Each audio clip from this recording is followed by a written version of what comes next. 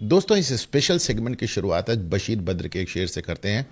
और एक संयोग की बात है कि आज उनका जन्मदिन भी है।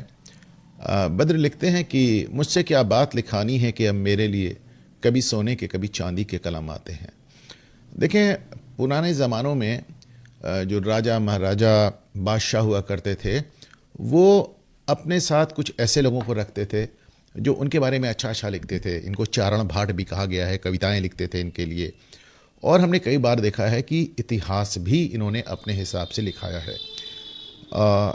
अब आम आदमी पार्टी सत्ता से बाहर हो गई दिल्ली में। दिल्ली जो उनका गढ़ था, केजरीवाल का भरम टूट गया। केजरीवाल की जो काठ की हांडी बार बार चल रही थी, इस बार जल गई।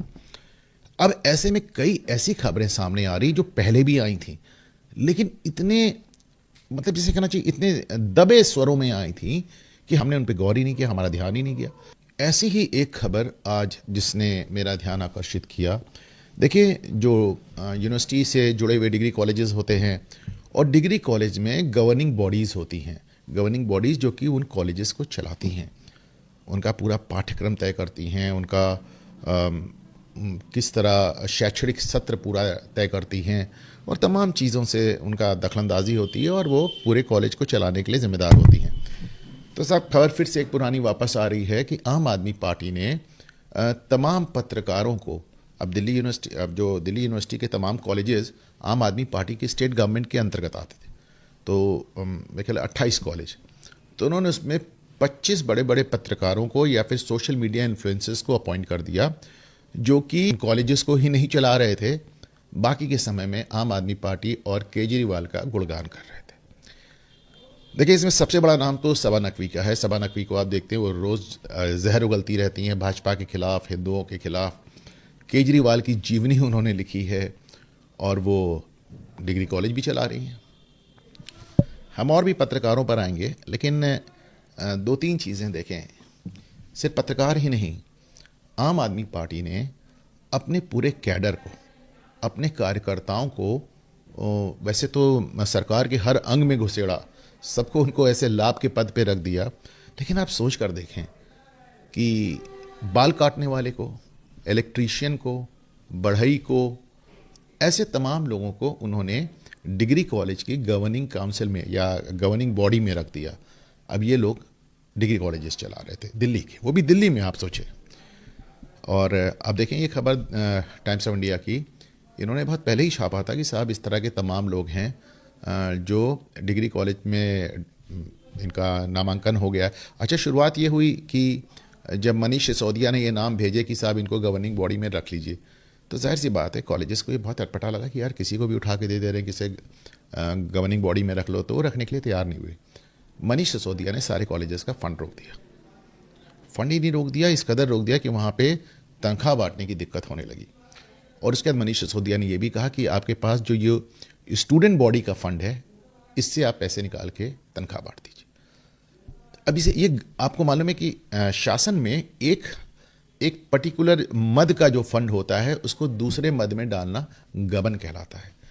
तो बहुत इस पे एतराज़ हुआ, और दिल्ली यूनिवर्सिटी प्रिंसिपल्स एसोसिएशन ने इस पे बाकायदा जिसे कहना बयान जारी किया। उन्होंने कहा कि शिक्षा मंत्री हमको गबन करने के लिए विवश कर रहे हैं।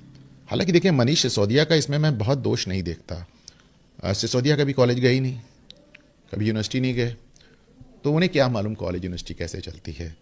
वो एक इंटर पास शिक्षा मंत्री थे, और केजरीवाल के शिक्षा मॉडल के प्रतीक थे। मैं बार बार कहता हूं कि सिसोदिया दुनिया के इकलौते शिक्षा मंत्री थे जो साथ में शराब मंत्री भी थे।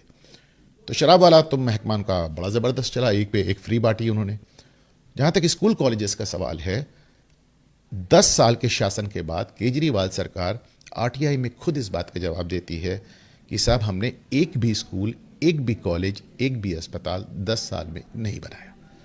यमुना नहीं साफ की, सड़कें नहीं बनाई, कूड़ा नहीं उठाया, पर जो हेल्थ मॉडल और स्कूलिंग मॉडल की वो बात करते थे, वो भी यहाँ नज़र आता है। वो ये भी बात मानते हैं कि हाँ, हमने अपने स्कूल्स का रिज़ल्ट ठीक करने के लिए, सरकारी स्कूल्स का रिज़ल्ट ठीक करने के लिए कक्षा 9 में और कक्षा 11 में 50 हज़ार बच्चों को फेल करके रोक दिया गया।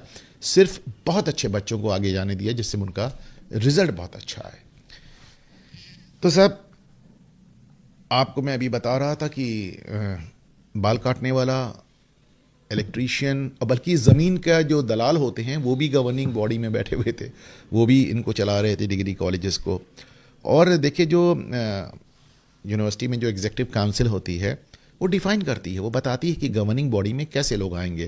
समय समय पे इनके रेजोल्यूशंस आते रहते हैं। देखिए 2012 में इन्होंने डिक्लेयर किया था, दिल्ली की एग्जीक्यूटिव काउंसिल ने, कि साहब गवर्निंग बॉडी में आने वाला हर शख्स a person of eminence with a demonstrated interest in the area of education, एक संभ्रांत व्यक्ति, एक वेल नोन आदमी जिसने शिक्षा में उल्लेखनीय कार्य किया हो, और those who have made significant contribution towards the promotion और एडमिनिस्ट्रेशन ऑफ हायर एजुकेशन, जिन्होंने उच्च शिक्षा को आगे बढ़ाने के लिए पर्याप्त योगदान दिया हो। Person of eminence in sports, culture और द आर्ट्स, और person of eminence in the sphere of development of educational institutions. तो अब ये केजरीवाल ही बता पाएंगे कि एक इलेक्ट्रीशियन, एक बाल काटने के सैलून चलाने वाला, एक ज़मीन का दलाल, ये सब, इन सब का शिक्षा में क्या योगदान है। मैं शायद, हो सकता है कि साहब शिक्षा मंत्री के बाल काटते हों, शिक्षा मंत्री के घर में बिजली देखभाल करते हों, शिक्षा मंत्री को कोई प्लॉट दिलाया हो, तो माना जाता है कि इनका साहब एजुकेशन में कंट्रीब्यूशन है।